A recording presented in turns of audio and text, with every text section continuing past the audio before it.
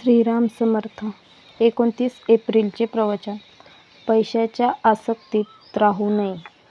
कामवासना आणि पैसा ही दोन्ही परमार्थाला विघातक आहेत. पण मला जर कोणी विचारले की त्यातल्या त्यात जास्त घातक कोणते ते सांगा, तर मी सांगेन की पैसा हा त्यातल्या त्यात परमार्थाला जास्त हानिकारक आहे. पैसा हा भगवंताची निष्ठा फार कमी करतो. भगवंताने आपल्याला पैसा दिला आहे तो आपण सत्पात्र आहोत म्हणून का दिला आहे यासाठी भिकाऱ्याला पैसा देताना उगीच वाद घालू नये. तसे करणे म्हणजे काही न करण्याची बुद्धी होय. एखादा त्यागी मनुष्य सर्व देईल पण स्व देणार नाही. स्व देऊन मग सर्व ठेवले तरी चालेल, पण सर्व देऊन स्व ठेवला तर तो मात्र चालणार नाही. म्हणजेच मी देतो ही भावना राहिली तर सर्वच देणे वाया जाते. मुख्य म्हणजे त्यातली वासना गेली पाहिजे तर खरे सुख लागते. देह हा पाया धरून त्यावर इमारत बांधू लागलो तर इमारत पक्की कशी होणार? मी माझा देह म्हणतो, पण त्यात येणे न येणे, इजा होणे न होणे हे आपल्या हातात आहे का?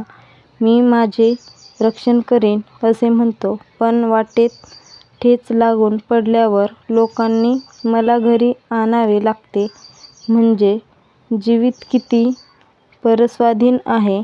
देहाने कितीही कार्य केले तरी ते कळसाला नाही पोहोचणार. अभिमानाने केलेले कार्य कसे कळसाला पोहोचणार? एक भगवदीच्छेने कार्य केले तरच ते शेवटाला जाते. समर्थांनी देहबुद्धी नष्ट करून रामाचे अधिष्ठान ठेवून कार्य केले म्हणून त्यांना एवढे कार्य करता आले. जो भगवंताचा झाला त्याचेच कार्य पूर्ण झाले आणि त्यालाच खरे समाधान मिळाले. राजाच्या पोटी आलेले देखील भिकारी होऊन जातात.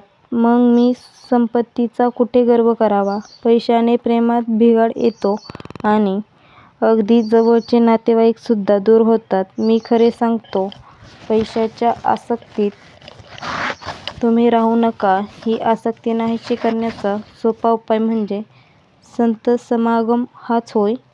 आज खरे संतच कुठे आहेत असे आपण म्हणतो, पण आम्हाला संत भेटावा ही तळमळ खरी लागलेली नसते.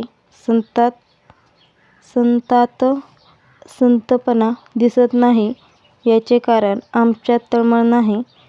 सत्ययुगात जो राम होता तोच आजही आहे, पण माझा भावच कमी झाला. त्याला काय करावे? संतांना आपण खोटेपणा देतो, पण माझा भाव शुद्ध नाही हे नाही जाणत. विषयात सुख आपल्याला इच्छेप्रमाणे मिळत नाही म्हणून आपण संतांकडे जातो, पण संतांना अर्पण करून घेण्याकरिता किती जण संतांकडे जातात? देवाकरिता देवाकडे जाणारे किती बरे निघतील. आजचा बोध.